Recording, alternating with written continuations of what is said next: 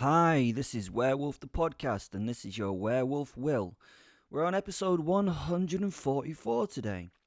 If you'd like to go to our social media things, all the links are down in the description.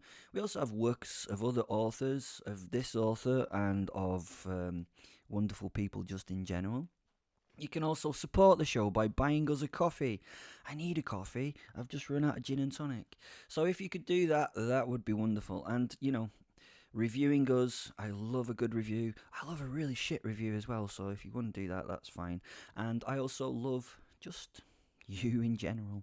So please go and make some sense out of the description links and find us and have fun with us. The Facebook group is ever growing and it's full of the weird and wonderful sort of wanderers of the world who are sort of into werewolf lore, and it's, I don't know, something else beginning with W. Anyway, we're getting back to date. I'd learnt that I was one of the others. I'm doing air quotes. You can't see it because I'm not doing the video because I don't want to. The supernatural world of creatures that somehow exist. Well, I'm one of them. I discovered that magic, magic is a real thing. No, not the card game. Jesus. Yeah, magic, doing spells and shit. It's actually a real thing, and it works because it functions in the same mathematical world as us and stuff, and it's a load of complicated bollocks. I don't understand it really. We just don't know how it works right now. It just does. I'm sure someone will find out, won't they? Anyway, I found out that the everyday world was pretty fed up with me and my actions, and had decided that they would now kill me. I had werewolves trying to kill me, vampires trying to kill me. I've got the British government trying to kill me. I've got the American government trying to kill me. Do you know what? There's a lot of people trying to kill me, and it's pretty annoying. It's as though it's kind of as though they didn't realise I was a top-line predator and that they were the prey, and that's how it should be. David Attenborough would just let me get on with it, wouldn't he? He wouldn't make a judgment call on my behaviour.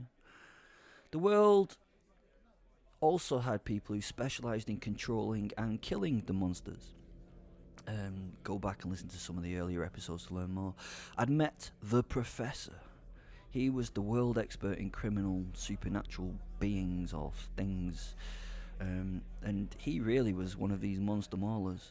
He worked for the British government to sort stuff out when the weird things did terrible things, and there was even a whole wing of law enforcement ready to swing into action when you, as a beastie, did beastly things. I'd accidentally killed some fairy folk. I didn't know they were fairy folk at the time. They'd been in human form, so I didn't realise that they were incredibly rare fishy people called nixies, and that they, kept the balance of the waterways and all that, man. How was I supposed to know? They were just some dirty, smelly hippies that I'd killed, so...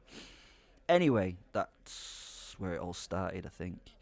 Then the werewolf tribe got me to go and find a magic spell. Yeah, I don't know how they did it either. You heard that right, a magic spell. A magic spell that can kill the souls of werewolves. Yeah, you know about werewolves, don't you? I'm a werewolf, but I have a werewolf soul called Fen. He's like this separate entity. He's like a ghost and shit. And when we get together, we become the werewolf. Yeah. As I said, I'm not following this stuff myself, but it's all happening. Currently, if you listen to last episode, I've just hit a karaoke bar in a town that was on the edge of the worlds, apparently. All of this had been kind of told to me, so I have no idea how true it was. But if you saw the things that I could see, I think you're either at a really, really good cosplay stroke LARPing event, or off your mind on some kind of mind-bending hallucinogenics, or, hopefully a combination of both.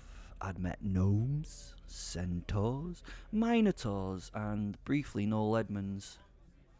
Aye, Noel Edmonds. If you don't know who Noel Edmonds is because you've had a life or you're from a different country, then Noel Edmonds is he's like a celebrity that was around in the 80s and did things with children. No, not those kind of things. That was Jimmy Savile.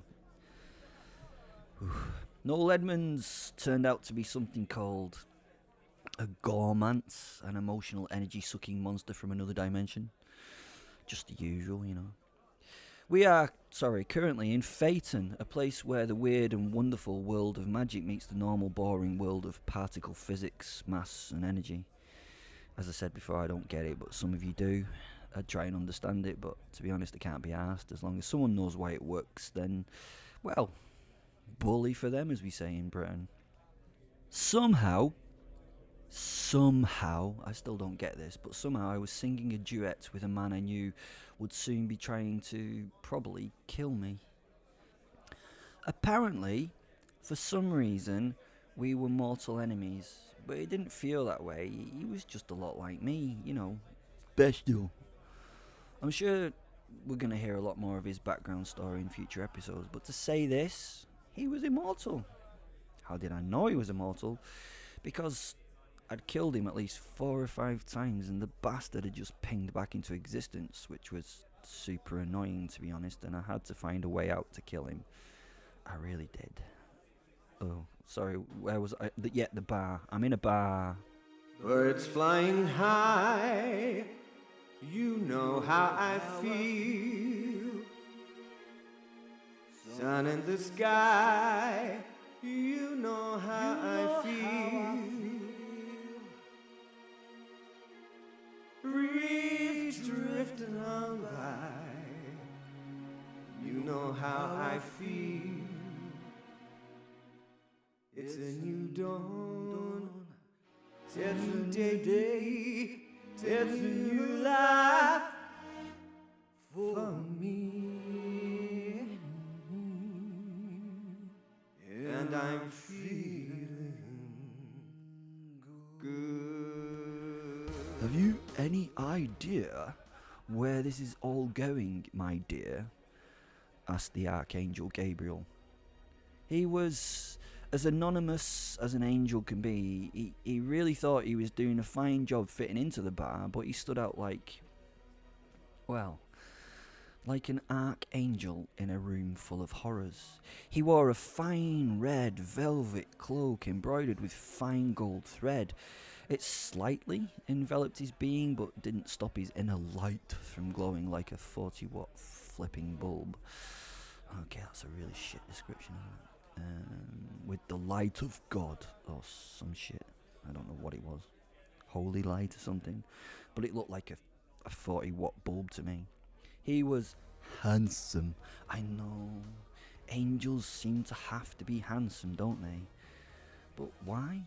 Do they really? I mean, should the heavenly world not be an equal opportunities employer? There should be ugly angels. Should there not? No? You say no. Oh no. Okay.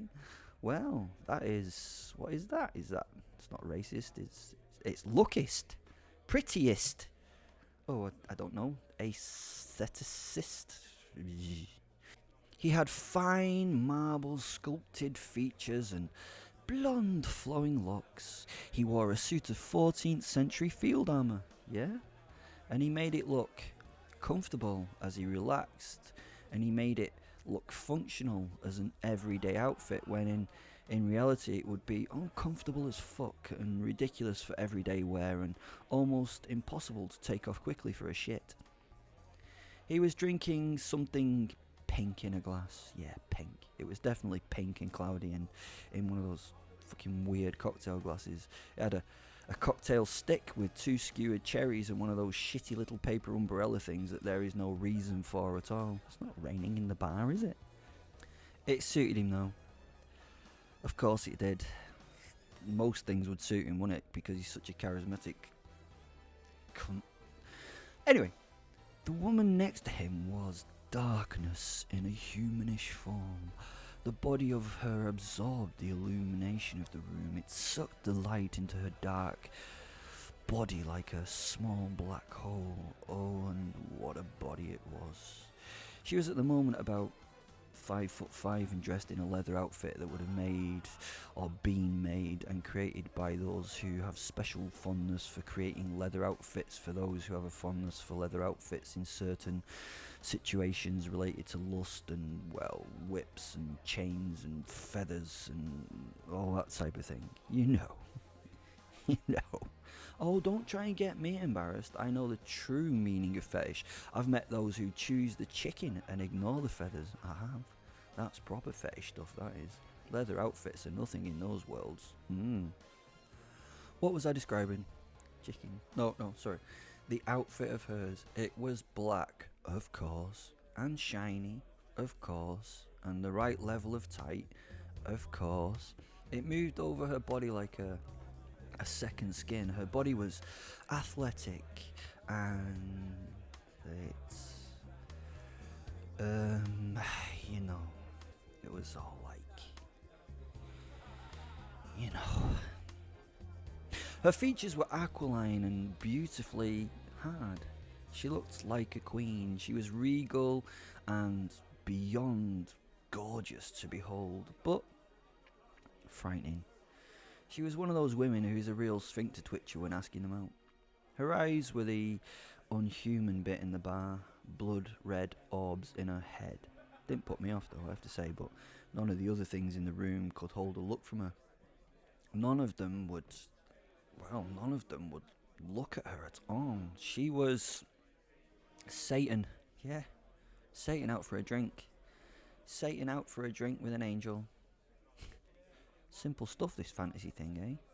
Now, are you getting an idea of what kind of bar this was in what kind of village?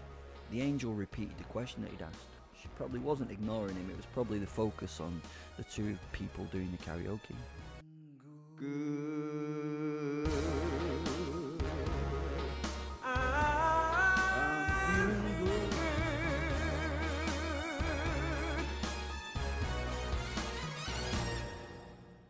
Fish in the sea, you know how I feel. River running free, you know how I feel. Blossom on a tree, you know how I feel. It's a new dawn, it's a new day, it's a new life for me, and I'm feeling good. Have you any idea where all this is going? Asked the Archangel Gabriel again. I've absolutely no idea. It's going to be fun to find out though. I can't wait to see what happens. It's been so entertaining so far. She sipped what looked like a simple red wine. It looked like a simple red wine. It was a lot more viscous than a simple red wine though, and it left a little stain on her lips that may have offered the idea that it was some other liquid than simple red wine. Can I ask, why did you not do something with him while you had him? The angel asked, motioning towards me with his half-empty glass now. She laughed at him. Well, I think he's much more fun to have here. He's not ready for hell. It's Dad's fault. He expects everyone to feel guilty for the bad things they do. The problem with him... She now directed a glass of not simple red wine to me singing on stage. ...is that he does not feel that he does anything bad. He doesn't feel that he has anything to be guilty about. Modern philosophers like Nietzsche and his chums have made these guilty evil deeds much more difficult to deal with. It gives things the ideas they can judge something as good or evil by themselves. How stupid. She took another sip of the liquid in the glass. Oh, there's a special place in hell for old Freddie Nietzsche. She spat. Gabriel nodded his approval at this. Yes, this modern thinking thing is becoming a little difficult to deal with, my dear, isn't it? Just complicates things that used to be very straightforward, he agreed. They now listened to the singers as they swayed along with the song. They're not bad, you know, Gabriel, said Satan. They're not very good either, are they? Said Gabriel. They both simultaneously found the joke in what they just said and burst into laughter. And then chinked their glasses together as they turned back to the stage. Gabriel's laughter was snorty, and her laughter was spiced with little grunts. This drew the attention of the room's residents, but no comments were made about them. After all, they were angels, one bright and holy, one dark and fallen.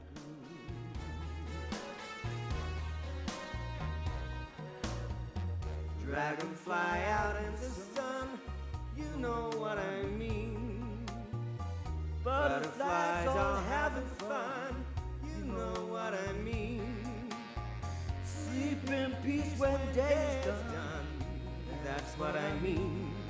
And this old world is a new world and a bold world for me. For me. For me. As they gathered themselves back together, Lucifer noticed someone bump into her hip on her left. This was rude and would require some review. The person was now leaning on the bar and was, well, a kind of version of her. Her outfit was latex and red. There was a long dark ponytail hung down her long back and was only just short of touching the floor. Her body was covered in tattoos that lined the skin and highlighted the musculature that could be seen. She was gorgeous, and it took a minute for even the devil to get past how pretty the woman was, and then their eyes met. Goodness. Said the devil in recognition. Sammy? The vampire queen, nodded. Hello, Lucy. How goes it all? It's been... The blood goddess ended the sentence. 8,000 years. Wow. Is it that long? Continued Lucy. You look amazing. As you Said the do. beautiful vampire. I thought you had, been... Destroyed. Finished the vampire for her. Yes. No, you can't kill what is already dead. At this point, Gabriel, noticing the lack of Lucifer's attention, turned to see who she was talking to. Who is this? He looks scrumptious. She added as her eyes bore into his. Lucifer laughed. Well, this is the Gabriel. God's first and all that. She told the woman in red. The angel now looked incredibly flustered. It was as if he was trying to organise his thoughts in his head. The appearance of Sammy had smashed those thoughts apart. Sammy! said the angel, nervously lifting his glass in a salute. The devil laughed. This was unexpected. There was a palpable level of discomfort in the air between these two, and it was great. Ah, you know each other. She laughed, Come on, dish the dirt. and she was suddenly very interested. Gabriel, on the other hand, Gabriel was now flapping, and an angel can really flap. It's the big fuck-off enormous wings that help him flap. He placed his glass on the bar and hurriedly looked at his wrist, where a watch wasn't, but he pretended it was. Oh, goodness me, what will he think of me? Got to go, sorry, said the angel hurriedly, as he disappeared in a flash of light.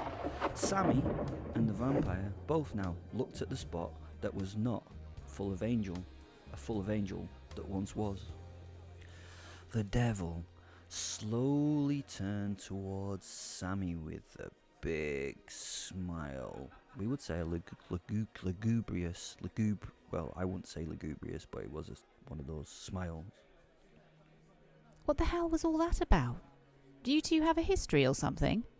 The vampire lady smirked as she took a drink from a crystal cut glass. You could say that. She said. You could say that, definitely. She smiled. Lucifer paused for a moment, hoping that the story would continue, but sadly, the woman kept her eyes on the stage and pretended that was the seat of her interest. Somewhat disappointed in not getting the life story, Lucifer changed tacks. So, Sammy, indulge me. Why are you here? Isn't this a bit rustic for your usual kind of night? She asked, motioning to the medieval vibed room. The vampire's purple irised eyes were now focused on the werewolf on the stage. Lucifer followed the stare from those purple iconic eyes to Will, who was with the professor and Fen on the stage as they sang.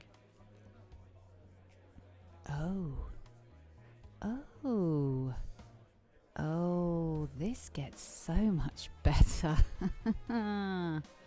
She said to no one in particular as she laughed, downing the last of her drink and ordering another one. Oh, come on, Will! Let's get it! I can't believe I'm enjoying karaoke! Yeah, we're having it now, aren't we? Come on! Centaurs are finding this difficult because they feel a little bit hoarse.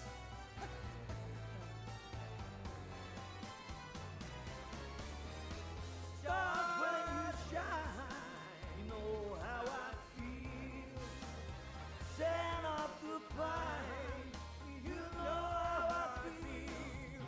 Oh, freedom is mine, and I know how I feel. It's a new day, it's a new life. It's a new dawn, it's a new day, it's a new life. It's a new dawn, it's a new day, it's a new life. New life for me. And I'm free.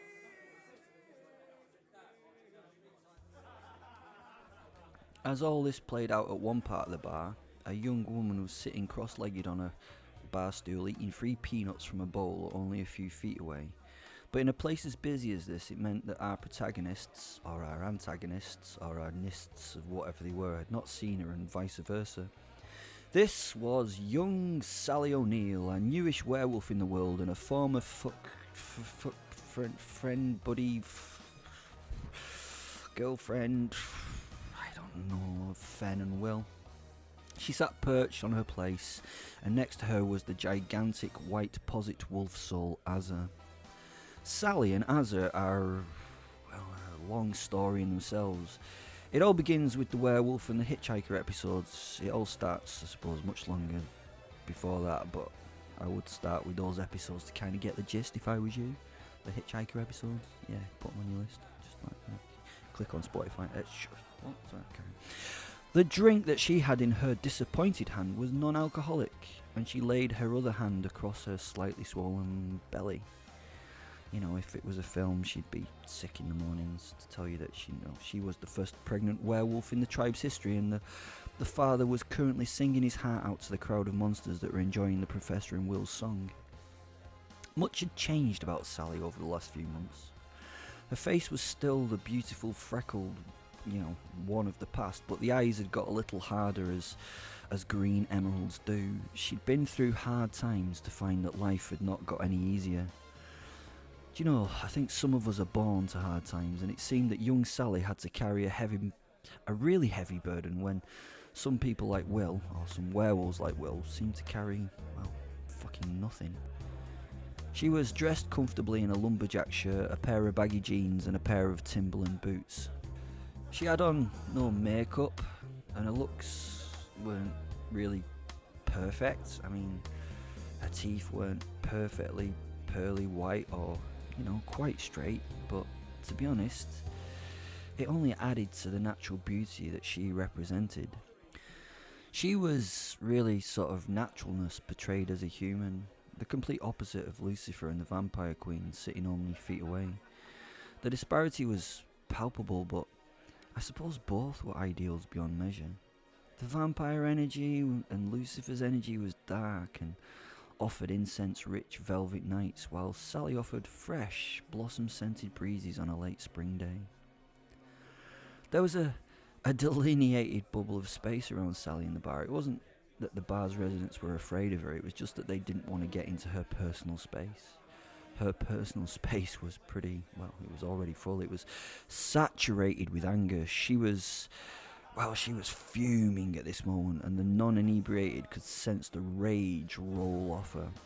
Having said this, you might understand why it was an unfortunate moment for an unfortunate drunk kobold to make a more unfortunate drunken passer. Oh, what, darling, do you fancy me doing some mining in your nether regions? It asked her as it slopped its drink down her leg.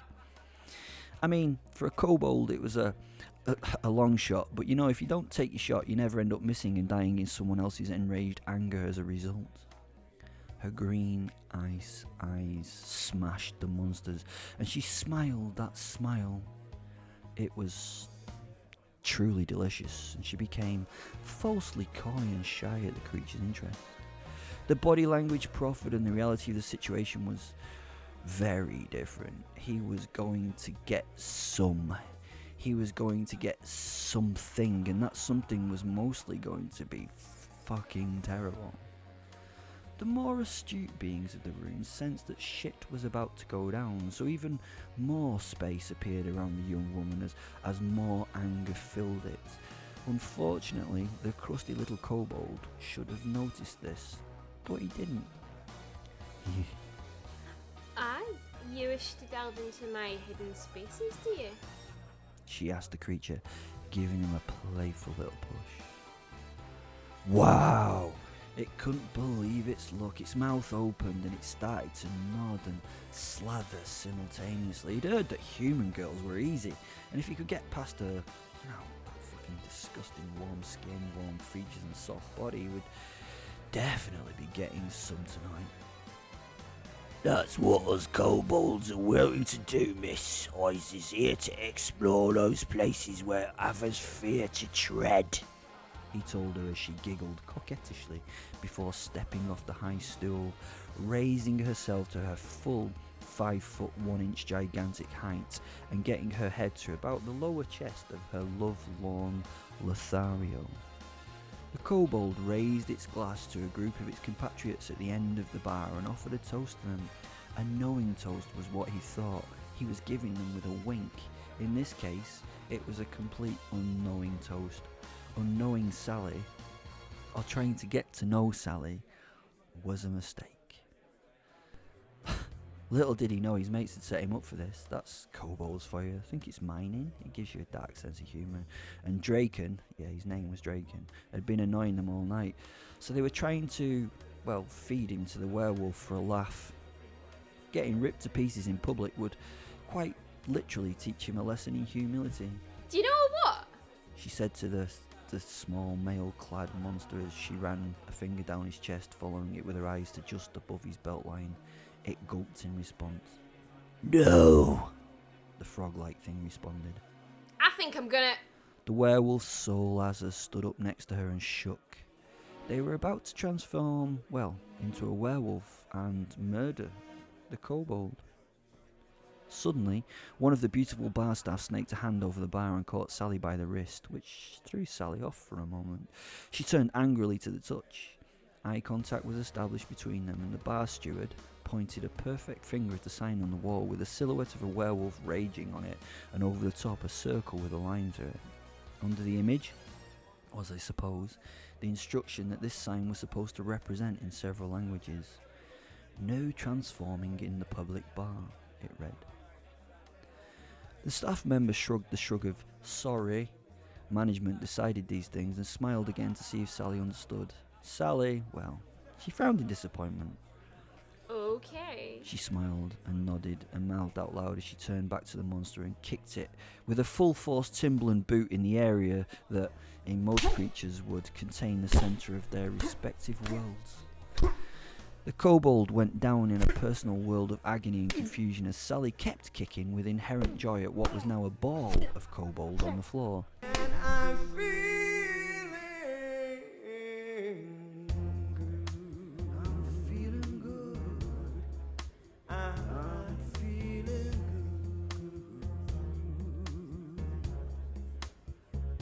I feel so good.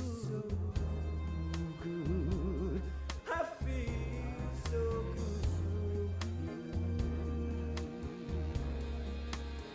Oh, well, that was wonderful. Come on! At the end of the bar, the kobold's friends started cheering and shouting their downed friend's name. Dragon, dragon, dragon. A disturbance in the crowd stopped Simon and I. It had kicked off, and many new things quickly became apparent to us. Number one was that Lucifer Morningstar was standing at the bar watching some poor creature get the kicking of its life on the floor. I recognised that kind of kicking. That was a proper Scottish kicking that was going on, and it was being handed out deftly. Number 2 was that Lucifer stood with the Sumerian goddess. Ah, shit. The female vampire had had many issues with in the past. That was not a good sign, but they were both enjoying the vicious beating being liberally given out, and it meant that they didn't seem very interested in me. Phew. And number 3 was, that my little Sally was having a fist fight with the fuck is that? A kobold? Strangely, she was doing this in her tiny human form, causing that normally large, vicious killer of a creature many fucking problems. As I watched the kobold struggle to its feet under tremendous stress and somewhat in a daze, as it raised its grizzled jaw, she punched it so hard that it span on her foot, and as it turned away, she leapt onto its back, sinking in a rear naked choke around its neck whilst biting deeply and wrenching back and forth with her teeth into its left ear. It screamed. Ah! Cheers erupted from the crowd as bets started to be laid. I must admit it was an element of pride that I saw the little lassie destroying the beast. It was actually a bit scary to watch, to be honest, as at one point our eyes met and her mouth tore away part of the creature's flesh from its head, which she then spat as a bloody gobbet on the floor. She briefly gave me a bloody smile and then went back to biting the poor screaming creature again with animal ferocity. Fen, the professor, and I stood drunkenly at the front of the stage and watched. Well, this was getting even more interesting. The fight was now spreading, as they often do in these situations. Someone had then jostled someone, which then turned into someone being pushed, and then someone being smacked, and then a punch or two had been thrown, and it was now kicking off. It was turning into a proper saloon brawl from those 50 westerns. I mean, I expected John Wayne to walk in and drag some unfortunate person down the length of the bar on his face without spilling his own beer in the process. I have to admit, I was content with just watching. Finn and I often just like to watch violence as much as we like being part of it. It's kind of voyeuristic things we do. What I wasn't ready for was the Tally-ho! shout from the professor next to me as he dived off the stage and disappeared into the fight. Ah, shit. I rolled my sleeves up looking for someone small to hit first. Here we go. And I followed him swinging. Thanks for listening. That was episode 144. Go down to the description. Go follow the links. Go join us on all social media platforms. Go review us. Do things. You're wonderful. We love